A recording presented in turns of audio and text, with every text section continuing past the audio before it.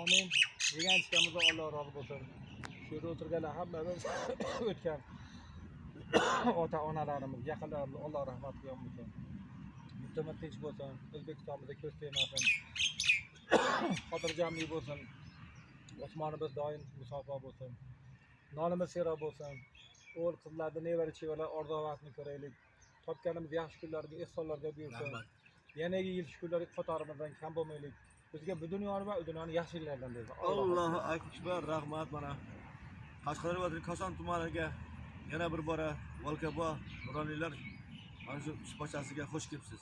Nuroniylar choyxonasi. Nuroniylar choyxonasi. Mayli, siz atab ketdingiz. Nashaxona. Nashaxona ham bizimizlarda. Darcha. Nimada? Bulung'urda nima? Gazxona bor-ku, gazxona o'tiradi. Nashaxona deyishadi. Ular Nashaxona deydi, nashaxona. ular nasha yomon narsa. Yo'q, yomon nasha degani nashaxona mazza qiladi degan narsadan kelib chiqargan. Ha. Nasha degani bizda yomon fikrga boradi. Ketdik nashaxonada deydi. Nashaxona o'sha gazxonani ko'pchilik oshxona qilib qo'ygan-ku. Shuni nashaxona deydi. Nasha degani demak bizda hali nasha deb kayf ketadi-yu, lekin mazza qiladigan xonani nashaxona deyiladi. O'zbekistonda til ko'p. Har xil o'ringa o'rgatsa bo'ladi. Mana bizda o'sha modda itni it deymiz. Bulung'urda qara hammasi it.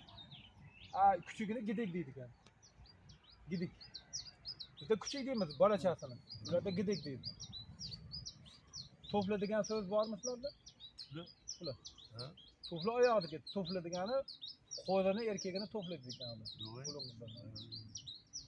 To'fla degan familiya bor-ku. Ha. O'sha qo'chqa arab degan familiyani biladi. O'zbekistonda boy til. O'zbekistonda ming xil til bor. Har bir qishloqda bilan tillari bor. Bundan borda.